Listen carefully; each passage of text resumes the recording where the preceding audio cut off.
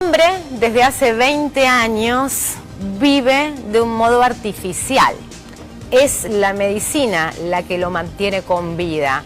Y claro, su familia no está de acuerdo con que esto sea digno. Se llevó el reclamo a la justicia y hoy la Corte Suprema, para ese caso en particular, accedió a que no se mantenga más la vida de este hombre artificialmente. Hay una ley de muerte digna sancionada en la Argentina y hablamos con su impulsor. En primer lugar, digamos, el caso de la persona que hace mucho está convaleciente, más de 20 años en Neuquén, de apellido Díez, encuadra perfectamente en las situaciones previstas por la ley que hemos votado aquí como una reforma de la Ley de Derechos del Paciente, que fue promulgada finalmente esta reforma en mayo del 2012. Así que nos parece una buena noticia que la ley se vaya aplicando a los casos en que, lamentablemente, son casos que se dan y que existen, ¿no? Desearíamos que ninguno de estos casos estuviera, pero dado los casos, tenemos un instrumento legal justamente para que no se judicialicen y no se profundicen y prolonguen los sufrimientos de las familias y de los pacientes. Así que está bien que se dé aplicación. ¿Sienta jurisprudencia este fallo respecto de lo que puede llegar a pasar ahora y de lo que está pasando con otros casos similares? Sí, por supuesto, los fallos de la Corte Suprema de Justicia de la Nación son parte principal de la jurisprudencia de lo que vayan a tener que decidir jueces en el futuro en casos similares. Pero también está bien aclarar que la ley justamente trata de resolver la no judicialización de las situaciones. Dado que esta ya es previa, por otra parte, a la sanción de la ley, ya estaba judicializada y ahora simplemente se le da fundamento en la ley que nosotros elaboramos y votamos para resolver la situación, nos parece importante, ayuda a aumentar la conciencia social y cultural sobre esto, pero no deja de ser controvertible el tema en sí. Es decir, no es que la ley puede automáticamente y por sí misma resolver los casos, siempre hay que aplicarla a la ley. Y en eso la aplica el paciente, la aplican los médicos, la aplican los parientes, los seres queridos, el grupo familiar del paciente. Todos ellos están afectados en esa situación por la ley. Entonces ahí la controversia siempre puede darse. Claro, Cabanchica estaba explicando por qué la demora. Si la ley de muerte digna es del año 2012, ¿cómo es que la situación de este hombre, muy delicada, de mucho sufrimiento también para su familia, no se solucionó automáticamente? Pero ¿por qué tuvo que fallar la Corte? Muy buenas tardes. Hola Romy, buenas tardes, buenas noches para todos. Porque automáticamente has dicho esta palabra, que es la que puede desasnarnos de alguna manera en esta respuesta que estamos buscando.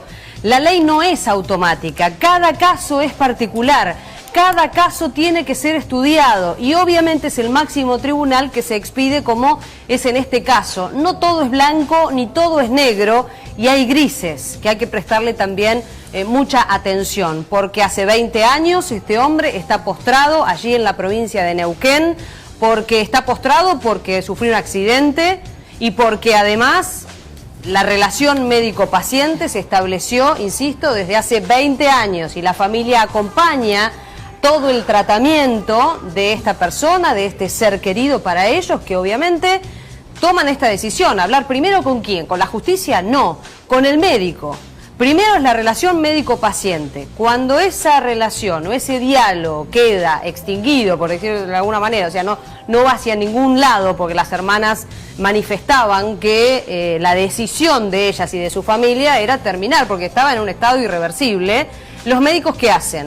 Recomiendan que empiecen por las vías judiciales. Imagínense el derrotero, ¿no? Hace 20 años, estas hermanas que empiezan a pedirle a la justicia que se aplique este derecho. Un derecho que llega a los argentinos en el año 2012, con esta ley de muerte digna, y que a partir de ese momento se abre un debate judicial hasta llegar hoy a la Corte Suprema. Imagínense que estamos hablando de vida.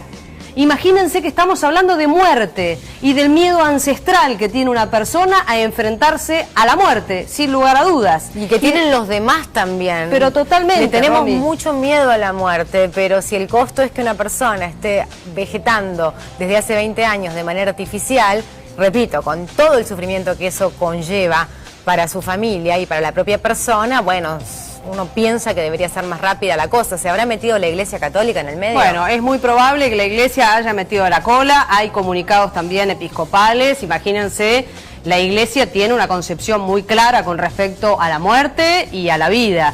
Pero también hay que ser puntuales en esta diferencia que hace el propio fallo, que lo tenemos aquí. El fallo de la Corte, que además firmaron 3 jueces y con algunas contradicciones se abstuvo Carlos Fait, esto también quiero resaltarlo, indica una clara diferencia entre, además como comunicadores tenemos que dar este mensaje, una cosa es la muerte digna y otra muy distinta es la eutanasia. Bien diferentes, haces muy bien en puntualizar esa diferencia. La Argentina no tiene una ley que autorice la eutanasia. Totalmente, estamos hablando de prácticas artificiales que a través justamente de todo lo mecánico y de esta herramienta de la medicina, de mantener a una persona conectado a la vida, hace justamente que estemos haciendo este debate y esta diferencia entre eutanasia y la muerte digna. Miren lo que dice el fallo, me gusta leerles de manera textual lo que dice la Corte Suprema de Justicia y con estas personas que estamos viendo que son los representantes de nuestro máximo tribunal. Los supremos. Dice, la Corte aclara que no se estaba, en este caso, en presencia de la eutanasia.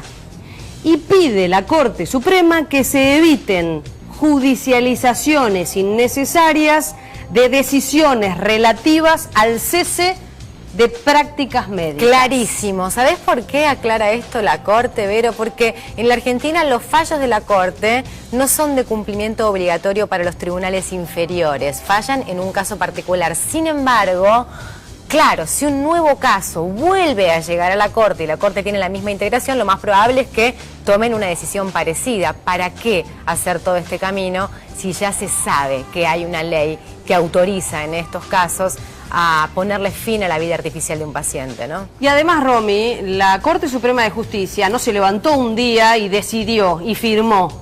La Corte Suprema le pidió a médicos de nuestro país, que están allí en la Fundación Favaloro, más precisamente, que hagan un diagnóstico de la situación de esta persona que por estas horas agoniza.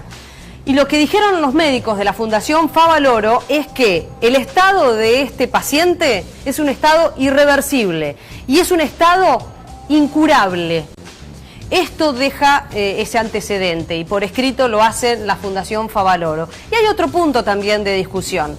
Y algunos dicen que es un gris en toda esta historia. Porque hablamos de la manifestación, la voluntad. A ver, para hacerlo más concreto. Yo, Romy, un día me levanto y te digo y manifiesto. Vos sos mi hermana y te digo, si llegara el caso a ocurrir, un accidente de tránsito y yo quedase en esta o en determinada situación, tenés la potestad de hacer esto con mi vida. Yo no quiero esto para mi vida.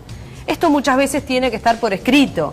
Claro, y porque si no decide la familia. Claro, cuando no lo está por escrito y la ley lo dice exactamente, es en la ley del derecho del paciente. Tal cual. ¿No? Que tiene que ser ejercida. Por eso también en este caso se respetó lo que las hermanas decían de ese paciente. Es un lindo tema, pero sin lugar a dudas, esta es la noticia del día, es un hecho histórico para todos los argentinos. Muchas gracias, Vero. Cambiamos de